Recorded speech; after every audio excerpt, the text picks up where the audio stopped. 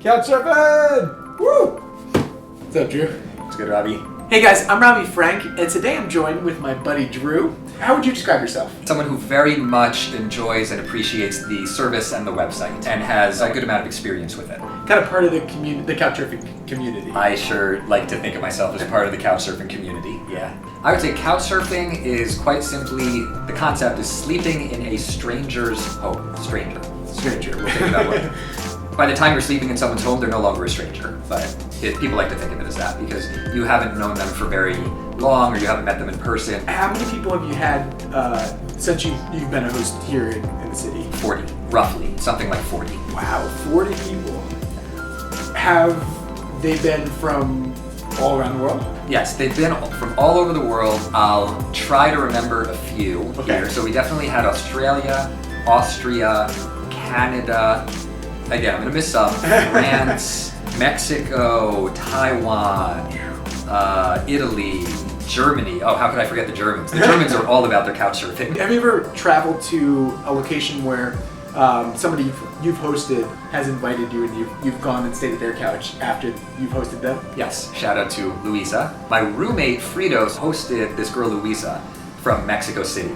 And oh man, I am so close with Luisa now. I absolutely love her. I went to visit her in Mexico City. Yeah, very cool. Yeah, she was so kind. She gave me her bedroom and she slept in the bedroom with the cats. And she was getting like scratched up by the cat because they're not used to it. So then she slept on the couch. I was like, Luisa, please let me sleep on the couch. Right. And she would not let me do it. She made me sleep in her room. So it sounds like couchsurfing is as much about making friends and relationships as it is about just going somewhere. I was already shaking my head yes, because yes, that's the number one thing. It's friends, relationships, personal growth. Okay. You definitely learn a ton about yourself to the point where it's like sometimes as I go through my everyday life now and I meet people, I'm often these days becoming aware quickly of just the people I'm talking to that haven't had like the couch surfing. It's different from travel experience. It's a couch surfing experience. It's the concept of meeting and trusting strangers and learning that your instincts into reading people are really good. We talked a little bit about hosting.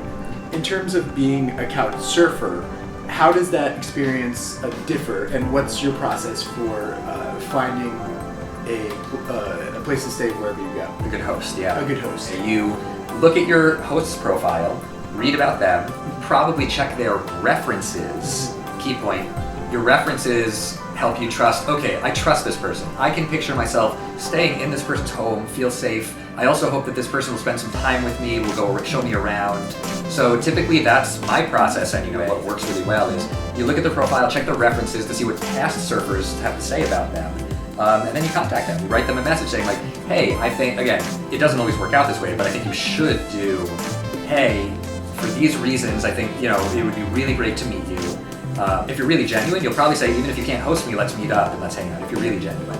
But I would imagine, like, if you're first starting out, is it harder to seem legitimate? Like, are people more skeptical of you if you don't have these references yet? So it's like a chicken and the egg thing, right? It's like, how do I surf with someone if I have no references? If I have no references, they don't know me, they're not going to accept me. You have 3 different types of references in your profile. There's host references where, when people are surfing with you, they leave you a reference as if you're their host. There's also something just called a personal reference. So do you have a couch surfing profile? I haven't made one yet, but we're gonna make one by the end of today. Good. You're welcome. Couchsurfing's a nonprofit. I'm not here to earn them money or whatever. I have no idea, how that stuff works out. But the reason I asked was because I can write you a personal reference. Be like, Robbie's my guy for 10 years, go back to 2008 or something. Yeah. I highly recommend him. Like, please feel comfortable accepting him. And honestly, they will then check if you have one reference. That will be okay if they see that your referencer has 70. I have like 70. Especially because you're so established. Yeah. Shout out to Casey Fenton, who founded the Couchsurfing website, who has given us this framework to get matched up with people that either we are traveling to their home or wherever they're hosting, and it's given me a way to receive people that I would have a very difficult time meeting otherwise. Like I have no idea how I would meet these people. Maybe if I hung out in Times Square where all the tourists go and just be like, hey, you need a place to crash tonight. Most of the places that you've been? Do you feel safe? So let me start, because I know so many people are suspicious of Couchsurfing being safe. It is. Let me start with the example of how I actually felt safer in 2 examples. There was an earthquake in Mexico, and I felt safe because I was with a local. If I was in a hotel or if I was staying in a hostel with a bunch of non-local people, yeah. I would be exposed. But I was staying with a local person who knew exactly what to do in the event of an earthquake. In Hawaii, for when we got the false missile alert, said incoming ballistic missile to Hawaii, seek immediate shelter. Oh my God. You can check the word. I'm sure that that's almost exactly, if not exactly, the word. I thought I was gonna die. I was couchsurfing with an army lieutenant. So I felt real safe, like asking him about, like, what do I do? So I hid in the basement. Luckily, no bomb came. But anyway, so yes, I have felt safer. That's really interesting. Because I was with a local person before. Is part of that, though, you kind of did the research beforehand, checked them out, maybe video chatted with them? Is that, what's your process? When people think about the safety of couchsurfing, I feel like they think about the person they're getting matched up with as some stranger. Like, no, they're a stranger when you first contact them, but you quickly get to know them. Yeah. Humans have incredible instincts in getting to know people and judging people, not in the negative sense. We can read people very well, but we don't give ourselves the opportunity very often in our day-to-day lives to take advantage of that skill. So couchsurfing also teaches you to be very intuitive and trust your instincts. So oftentimes I've chatted with them a lot, video chatted with them, and also like you read the references. If someone requests me that has 100 references, I'm like, I would be honored to host. So Drew, one thing I'm curious about is how did you get started with couchsurfing? Right. So I realized that what I really liked about travel was not just changing my atmosphere, but also meeting super open-minded people. They weren't home in the robot mode of work, sleep, repeat. Yeah. They were open. So that's what drew me to the couchsurfing community. I was like, I don't need to travel to meet these people. They're coming to New York.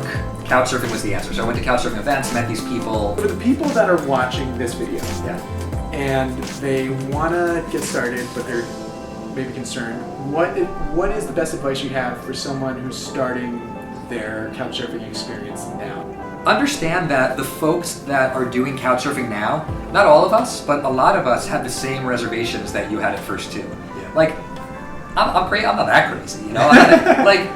It's the first few times that I was hosting and surfing, I felt like I was excited, you know? It's like, it took me a lot to overcome that fear of, but this is a stranger, I don't know this person, right? Don't use it because it's free. Use it because you have a genuine interest in growing as a person, getting to know other people, your host and other couchsurfers in particular.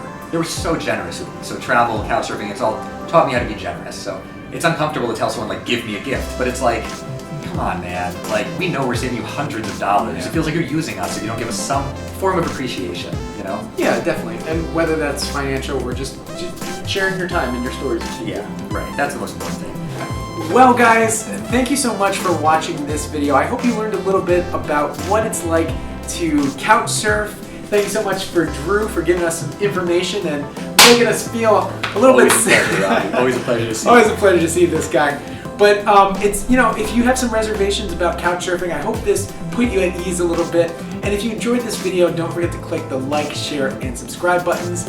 Also, you can click the bell to stay up to date on all the new content. And if you want to check out Drew's website, I'm going to have some links down below. But that is all for now. Thanks for watching. I'm Robbie Frank, and as always, I'll catch you next time.